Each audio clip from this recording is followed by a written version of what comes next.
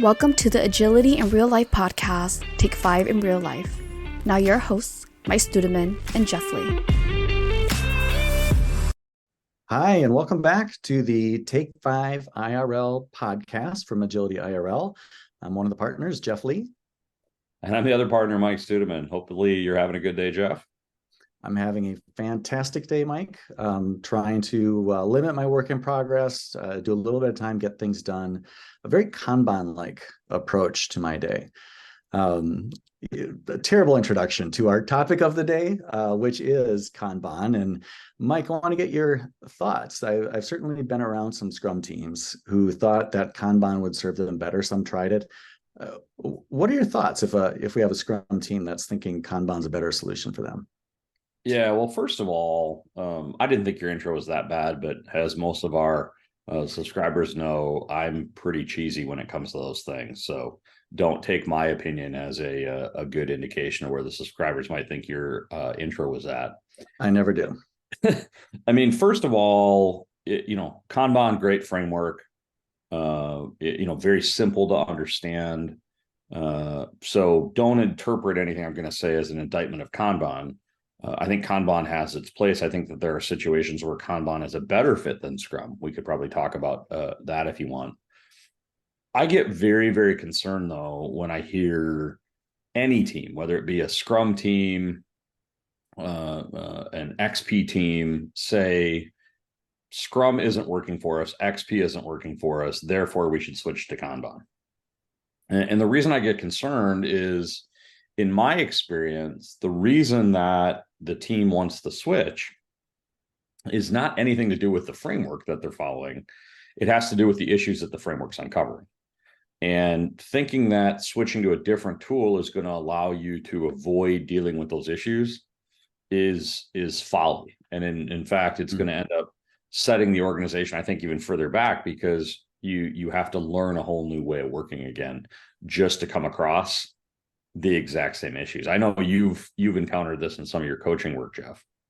Yeah, absolutely. A client that not any of our current clients, one that we had a number of years ago, they had a Scrum team that was, I forget if it was 22 or 23 people.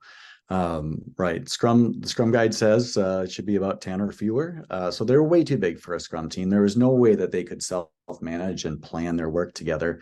Also, there really no reasonable way that they could figure out what they could get done in a sprint and know day to day how they were tracking toward that. There's just too much work for people to keep in their heads. And so Scrum wasn't working. They were being encouraged to divide into smaller teams, and they didn't want to do that for a bunch of reasons, but mostly because it felt new and scary.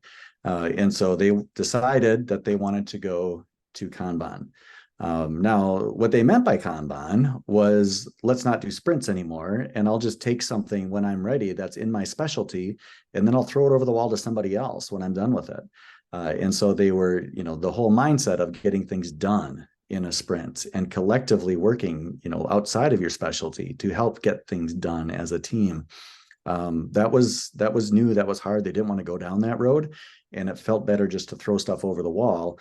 The Kanban workflow, showing things on a board from, again, software bias here, but from design to develop to test, felt like it was more comfortable to them.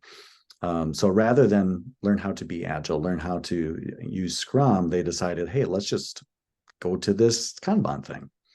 Yeah, and I have a similar experience in my past as well. There was a team struggling with Scrum for a number of reasons, not just the time boxing of the sprint, but the idea of self-managing teams, the idea that we need to stay focused on delivering something. They came to me as their coach and said, we don't think Scrum's working for us.